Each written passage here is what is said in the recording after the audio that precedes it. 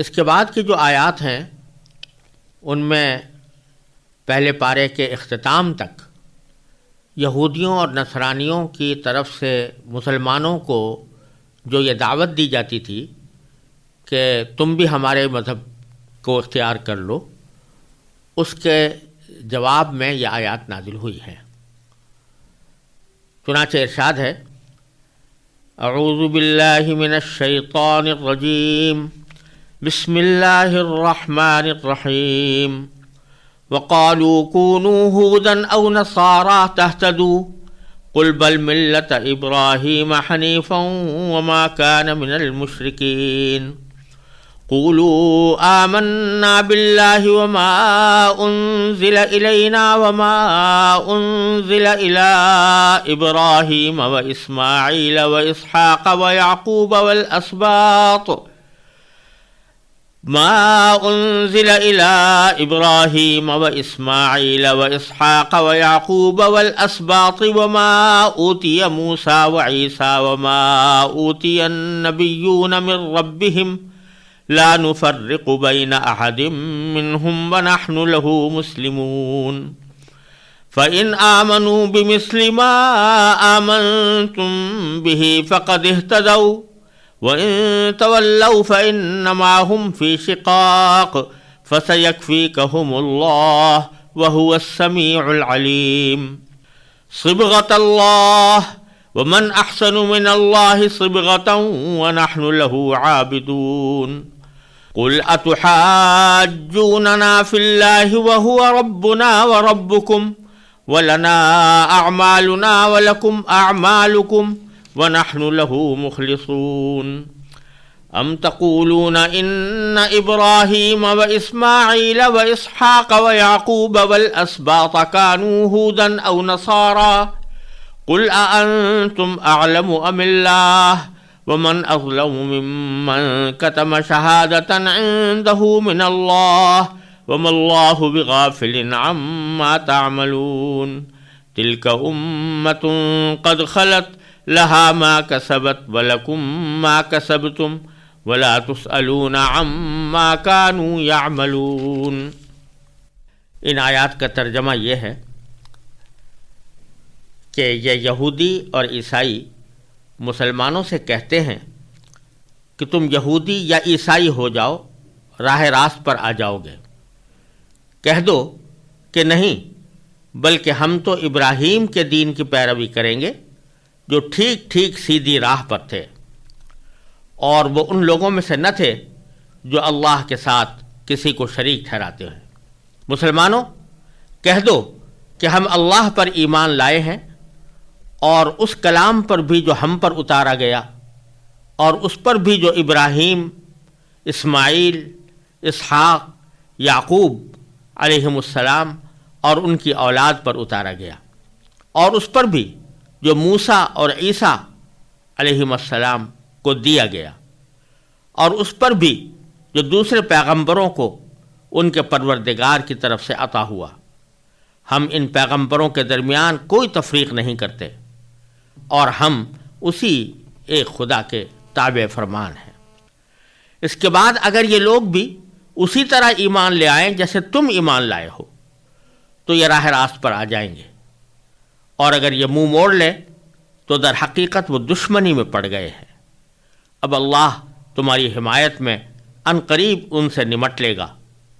اور وہ ہر بات سننے والا، ہر بات جاننے والا ہے۔ اے مسلمانوں، کہہ دو کہ ہم پر تو اللہ نے اپنا رنگ چڑھا دیا ہے، اور کون ہے جو اللہ سے بہتر رنگ چڑھائے، اور ہم صرف اسی کی عبادت کرتے ہیں۔ کہہ دو کہ کیا تم ہم سے اللہ کے بارے میں حجت کرتے ہو، حالانکہ وہ ہمارا بھی پروردگار ہے اور تمہارا بھی پروردگار، اور ہمارے اعمال ہمارے لیے ہیں اور تمہارے عمل تمہارے لیے، اور ہم نے تو اپنی بندگی اسی کے لیے خالص کر لی ہے۔ اور کیا تم یہ کہتے ہو کہ ابراہیم، اسماعیل، اسحاق، یعقوب اور ان کی اولادیں یہودی یا نصرانی تھیں؟ مسلمانوں، ان سے کہو، کیا تم زیادہ جانتے ہو یا اللہ؟ اور اس شخص سے بڑا ظالم کون ہوگا جو ایسی شہادت کو چھپائے جو اس کے پاس اللہ کی طرف سے پہنچی ہو، اور جو کچھ تم کرتے ہو اللہ اس سے بے خبر نہیں ہے۔ وہ ایک امت تھی جو گزر گئی، جو کچھ انہوں نے کمایا وہ ان کا ہے، اور جو کچھ تم نے کمایا وہ تمہارا ہے، اور تم سے یہ نہیں پوچھا جائے گا کہ وہ کیا عمل کرتے تھے۔ یہ تمام آیات در حقیقت یہودیوں اور نصرانیوں کی دعوت کے جواب میں ارشاد فرمائی گئی ہیں، اور پہلے تو ان کی دعوت کے الفاظ نقل کیے گئے ہیں کہ وہ مسلمانوں سے کیا کہتے ہیں۔ قالو، وہ کہتے ہیں کہ کونو ہودن، کہ تم بھی یہودی ہو جاؤ، یہ یہودی کہتے تھے۔ او نصارا، یعنی کونو نصارا، نصرانی یہ کہتے تھے کہ تم عیسائی ہو جاؤ۔ تہتدو، تو تم راہ راست پر آ جاؤ گے۔ تو اس کے جواب میں اللہ تبارک و تعالیٰ فرماتے ہیں، نبی کریم سرور دو عالم صلی اللہ علیہ وسلم سے خطاب کر کے فرماتے ہیں کہ قل، آپ یہ کہہ دیجئے ان کے جواب میں کہ بل ملت ابراہیم حنیفہ، کہ بلکہ ہم تو ابراہیم کے دین کی پیروی کریں گے۔ حنیفاً یہاں حضرت ابراہیم علیہ السلام کے لیے استعمال ہوا ہے، اور قرآن کریم میں کئی جگہ حضرت ابراہیم علیہ السلام کے لیے حنیف کا لفظ استعمال ہوا ہے۔ حنیف کے معنی یہ ہوتے ہیں کہ جو شخص بالکل سیدھے راہ پر جا رہا ہو، اس میں ذرا بھی کجی اور ٹیڑھ نہ ہو۔ تو حضرت ابراہیم علیہ السلام کے لیے حنیف کا لفظ اس لیے اللہ تبارک و تعالی نے استعمال فرمایا ہے کہ وہ بالکل ٹھیک راستے پر تھے، توحید کے راستے پر، اللہ تبارک و تعالی کے سوا کسی کو بھی اپنا معبود نہیں مانتے تھے، اور کسی بھی قسم کا شائبہ ان میں کسی بھی شرک کا یا اللہ تبارک و تعالیٰ کی نافرمانی کا نہیں تھا۔ اس لیے ان کو کئی جگہ قرآن کریم میں حنیف قرار دیا گیا ہے، اور اس کی آگے پھر مزید تفصیل یہ بیان فرمائی کہ وَمَا كَانَ مِنَ الْمُشْرِكِينَ، وہ اللہ کے ساتھ کسی کو شریک نہیں ٹھہراتے تھے، وہ مشرک نہیں تھے۔ بتلانے کا منظور ہے کہ تم اگرچہ نام تو حضرت ابراہیم علیہ السلام کا لے رہے ہو، لیکن تم نے جو دین اختیار کیا ہے اس میں کسی نہ کسی حیثیت سے شرک موجود ہے، اور اس وجہ سے تم حضرت ابراہیم علیہ السلام کی ملت پر اور ان کے دین پر نہیں ہو، تو ہم تمہارے دین کے بجائے ہم حضرت ابراہیم علیہ السلام کے دین پر قائم رہیں گے، جس میں شرک کا کوئی شائبہ بھی نہیں۔ پھر آگے اس ایمان کی تفصیل بیان فرمائی ہے کہ جب تم یہ کہو گے کہ ہم ابراہیم علیہ السلام کے دین پر ہیں تو وہ دین کیا ہے، اس کی آگے تفصیل بیان کرتے ہوئے فرمایا کہ قولو، مسلمانوں سے کہا گیا ہے کہ آپ یہ بات یہودیوں اور نصرانیوں سے صاف صاف کہہ دیں کہ آمنا باللہ، ہم ایک تو اللہ پر ایمان لائے ہیں، وما انزل الینا، اور اس کلام پر بھی ایمان لائے ہیں جو ہم پر اتارا گیا، یعنی قرآن کریم، وما انزل الی ابراہیم، اور ان تمام اللہ کے کلاموں پر ہم ایمان رکھتے ہیں جو ہم سے پہلے کے پیغمبروں پر اللہ تعالی نے نازل فرمایا تھا، یعنی جو کلام ابراہیم علیہ السلام پر نازل ہوا، اسماعیل علیہ السلام پر ہوا، اسحاق علیہ السلام پر ہوا، یعقوب علیہ السلام پر ہوا، والاسباط، اور پھر ان کی اولادوں پر، یعنی چونکہ ان حضرات کی اولادوں میں بھی بہت سے انبیاء کرام علیہ الصلاۃ والسلام مبعوث ہوئے ہیں، تو ان کے اوپر بھی اللہ تبارک و تعالیٰ نے اپنے صحیفے نازل فرمائے ہیں۔ تو ہم اجمالی طور پر ان تمام صحیفوں پر ایمان رکھتے ہیں جو ہم سے پہلے آنے والے پیغمبروں پر اللہ تبارک و تعالیٰ نے نازل فرمائے تھے۔ وما اوتی موسیٰ و عیسیٰ، اور جو کلام یا جو کتاب موسیٰ علیہ السلام کو دی گئی تھی ہم اس پر بھی ایمان رکھتے ہیں، یعنی تورات، اور جو عیسیٰ علیہ السلام کو دی گئی تھی یعنی انجیل، اس پر بھی ایمان رکھتے ہیں۔ وما اوتی النبیون من ربہم، اور جتنے پیغمبروں کو ان کے پروردگار کی طرف سے جتنی کتابیں دی گئیں ہم ان سب پر ایمان رکھتے ہیں۔ لا نفرق بین احد منہم، ہم ان کے درمیان کوئی تفریق نہیں کرتے، ان پیغمبروں کے درمیان کوئی تفریق نہیں کرتے کہ ایک پیغمبر پر ایمان لائیں اور دوسرے پر نہ لائیں۔ اس کے برخلاف یہودیوں اور عیسائیوں کا معاملہ یہ تھا کہ یہودی حضرت موسیٰ علیہ السلام پر تو ایمان رکھتے تھے اور ان پر جو تورات نازل ہوئی تھی اس پر بھی فی الجملہ ایمان رکھتے تھے، لیکن بعد میں جو حضرت عیسیٰ علیہ السلام تشریف لائے تو ان پر ایمان نہیں لائے، اور ان پر جو کتاب انجیل نازل ہوئی اس پر ایمان نہیں لائے۔ اسی طرح عیسائی لوگ وہ حضرت موسیٰ علیہ السلام پر بھی ایمان رکھتے تھے، حضرت عیسیٰ علیہ السلام پر بھی ایمان رکھتے تھے، لیکن اول تو حضرت عیسیٰ علیہ السلام پر ایمان بحیثیت پیغمبر کے رکھنے کے بجائے انہوں نے ان کو خدا بنا دیا یا خدا کا بیٹا بنا دیا۔ اور دوسرے نبی کریم سرور دو عالم صلی اللہ علیہ وسلم جو انبیاء کرام کے اس پورے سلسلے میں آخری نبی تھے، آپ پر وہ ایمان نہیں لائے، تو انہوں نے انبیاء کے درمیان تفریق کر رکھی تھی کہ کسی نبی پر ایمان لاتے، کسی پر ایمان نہ لاتے۔ مسلمانوں سے کہا جا رہا ہے کہ تم یہ کہو کہ ہم ان میں سے کسی کے درمیان بھی کوئی تفریق نہیں کرتے، جتنے پیغمبر اللہ تبارک و تعالیٰ نے بھیجے ہیں وہ سارے کے سارے ہمارے لیے مقدس ہیں، اور ہم ان سب کی پیغمبری پر، ان کی رسالت پر ایمان لاتے ہیں۔ وَنَحْنُ لَهُ مُسْلِمُونَ، اور پھر جس اللہ نے ان پیغمبروں کو بھیجا تھا ہم اس کے تابع دار ہیں اور اسی کی اطاعت کرتے ہیں۔ یہ اعلان کرنے کے لیے فرمایا گیا کہ تم یہودیوں اور نصرانیوں کے سامنے اپنے اس دین کا واضح طور پر اعلان کر دو۔ پھر آگے فرماتے ہیں کہ فَإِنْ آمَنُوا بِمِثْلِ مَا آمَنْتُمْ بِهِ، اس کے بعد اگر یہ لوگ بھی اسی طرح ایمان لے آئیں جیسے تم ایمان لائے ہو، یعنی جس طرح تم تمام پیغمبروں پر ایمان لائے، تمام ان کی کتابوں پر ایمان لائے، اللہ تبارک و تعالیٰ کی توحید پر ایمان لائے، اسی طرح اگر یہ لوگ بھی ایمان لے آئیں تو فقد اہتدوا، تو وہ سمجھو کہ راہ راست پر آ گئے۔ پھر ان کے ساتھ ویسا ہی سلوک ہوگا جیسے کہ راہ راست پر رہنے والے لوگوں کے ساتھ ہوتا ہے، ان کو اپنا بھائی قرار دو، ان کے ساتھ اخوت کا معاملہ کرو، دینی اخوت کا معاملہ کرو اور ان کو مسلمان سمجھو۔ یہاں یہ بات خاص طور پر قابل غور ہے کہ ایمان کے ساتھ اللہ تبارک و تعالیٰ نے یوں فرمایا کہ بِمِثْلِ مَا آمَنْتُمْ بِهِ، یعنی اسی طرح ایمان لے آئیں جس طرح اے صحابہ تم ایمان لائے ہو۔ یہ خطاب ہے صحابہ کرام سے، تو صحابہ کرام سے خطاب کرتے ہوئے فرمایا گیا کہ ایمان ان کا اس وقت معتبر ہوگا جب کہ وہ اے صحابہ تمہارے جیسا ایمان ہو۔ اس سے پتہ چلا کہ ایمان اور عقیدے میں حضرات صحابہ کرام رضی اللہ تعالیٰ عنہم اجمعین، جنہوں نے نبی کریم سرور دو عالم صلی اللہ علیہ وسلم کی صحبت پائی اور آپ سے تعلیم حاصل کی، وہ ہمارے لیے ایک معیار ہیں، ایمان کا معیار ہیں۔ جو عقیدہ صحابہ کرام سے ثابت ہو اس پر ایمان رکھنا ضروری ہے، اور وہ عقیدہ در حقیقت دین کا عقیدہ ہے۔ یوں تو اس کے بعد بہت سی جماعتیں پیدا ہو گئیں جو اسلام کی دعوے دار تھیں، اور انہوں نے مختلف عقائد بھی لوگوں کے سامنے بیان کیے، اور اس کی بنیاد پر مختلف فرقے بھی بن گئے۔ لیکن ان تمام عقیدوں میں صحیح عقیدہ وہ ہوگا جو صحابہ کرام کا عقیدہ تھا، اور اسی بات کو نبی کریم سرور دو عالم صلی اللہ علیہ وسلم نے ایک حدیث میں واضح فرمایا ہے کہ فرمایا کہ میری امت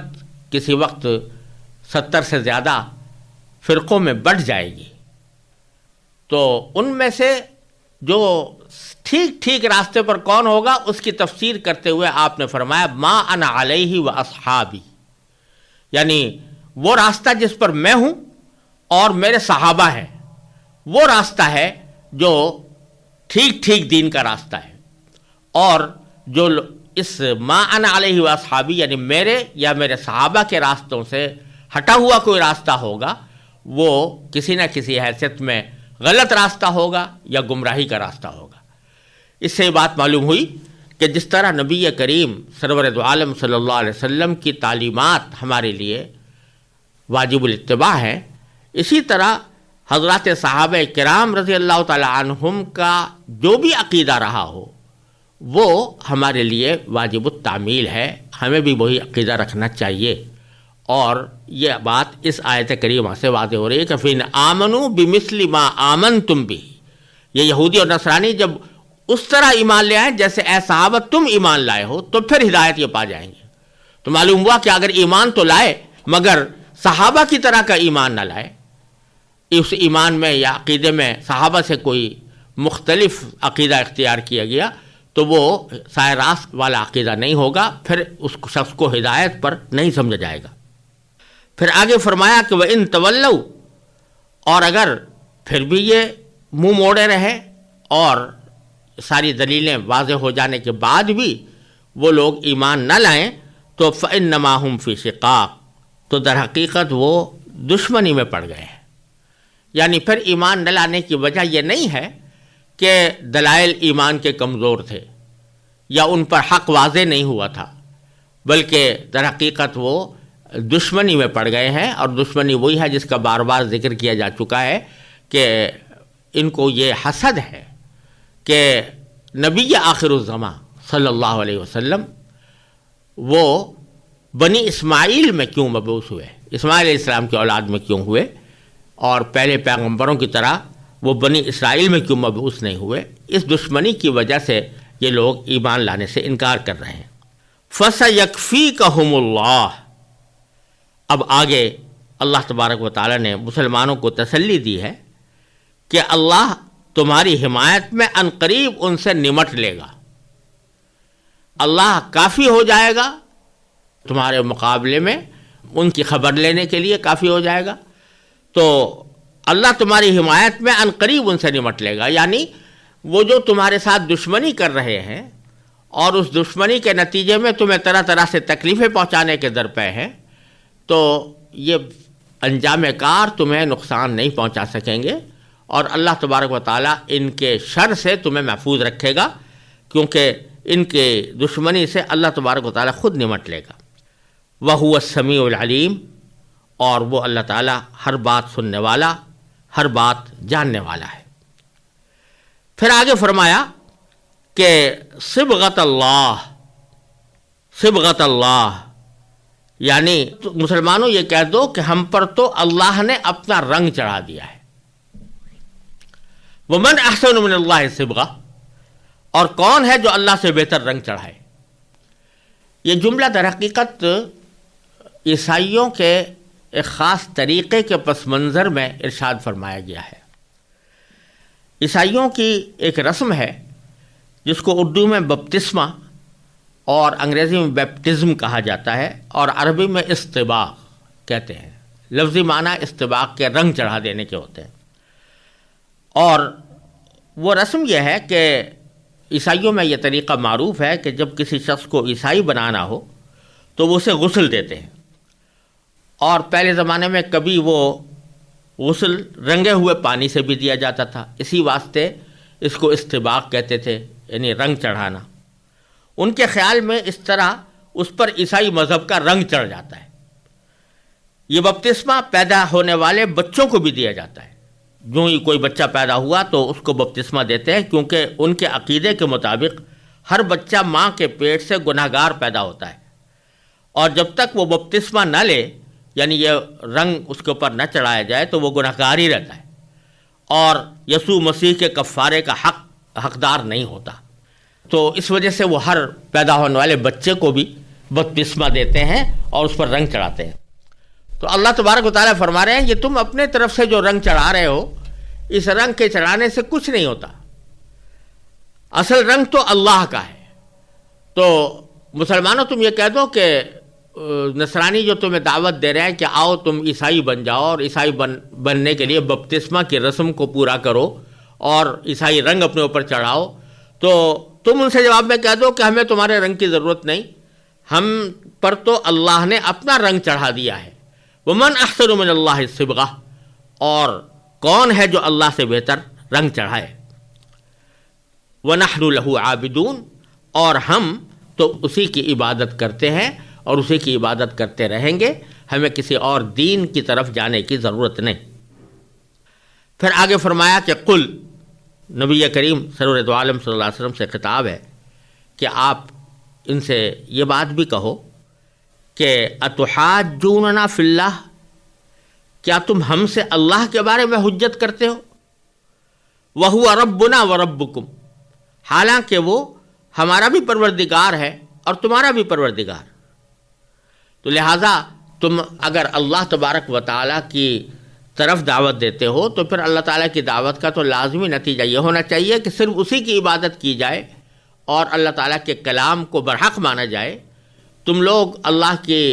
توحید میں شرک بھی کرتے ہو اور اللہ کے نازل کیے ہوئے کلام کی تردید بھی کرتے ہو، تو یہ تمہاری کیسی حجت بازی ہے جو اللہ کے تعالیٰ کے بارے میں تم کر رہے ہو۔ وَلَنَا أَعْمَالُنَا وَلَكُمْ أَعْمَالُكُمْ، ویسے تو تم اللہ پر ایمان رکھتے ہو، لیکن اللہ پر ایمان رکھنے کے باوجود تمہارے عقیدے مختلف ہیں اور تمہارے اعمال مختلف ہیں۔ تو ہمارے اعمال ہمارے لیے ہیں اور تمہارے اعمال تمہارے لیے ہیں، تو ہم اس حالت میں تمہارے اعمال کی اتباع نہیں کر سکتے جن کی طرف تم ہمیں دعوت دے رہے ہو۔ وَنَحْنُ لَهُ مُخْلِصُونَ، اور ہم نے تو اپنی بندگی اسی اللہ کے لیے خالص کر لی ہے، اس کے ساتھ ہم کوئی ملاوٹ نہیں کر سکتے۔ پھر فرمایا کہ ام تقولون، کیا تم یہ کہتے ہو کہ ان ابراہیم و اسماعیل و اسحاق و یعقوب و الاسباط کانوا ھودن او نصارا، کیا تم یہ کہتے ہو کہ ابراہیم، اسماعیل، اسحاق، یعقوب اور ان کی اولادیں یہودی یا نصرانی تھیں؟ قل، آپ فرما دیجئے ان کے جواب میں، کیا انتم اعلم ام اللہ، ایک مختصر جواب ہے ان کے اس سارے دعوے کا کہ کیا تم زیادہ جانتے ہو یا اللہ؟ تم جو کہہ رہے ہو کہ وہ یہودی تھے یا نصرانی تھے، اول تو ویسے ہی یہ حماقت کی بات ہے، کیونکہ یہودی اور نصرانی جو کے نام سے جو مذہب پیدا ہوئے وہ تو بہت بعد میں ہوئے، ان کی پیدائش کے، ان کے وفات کے بہت عرصے کے بعد ہوئے، تو وہ کیسے یہودی اور نصرانی ہو سکتے ہیں؟ لیکن اگر تم یہ دعویٰ کر بھی رہے ہو تو زیادہ سے زیادہ تمہارے سینہ بسینہ کوئی تمہارے آباء و اجداد نے تمہیں یہ روایت پہنچائی ہوگی کہ وہ یہودیوں اور نصرانیوں کے دین پر تھے، ایسی فضول روایت تمہارے تک پہنچائی ہوگی، تو تمہارے پاس کوئی اس کی دلیل موجود نہیں ہے، تو کیا تم زیادہ جانتے ہو؟ اللہ زیادہ جانتا ہے جس نے ان سب کو پیدا کیا تھا۔ وَمَنْ أَظْلَمُ مِمَّنْ كَتَمَ شَهَادَةً عِنْدَهُ مِنَ اللَّهِ،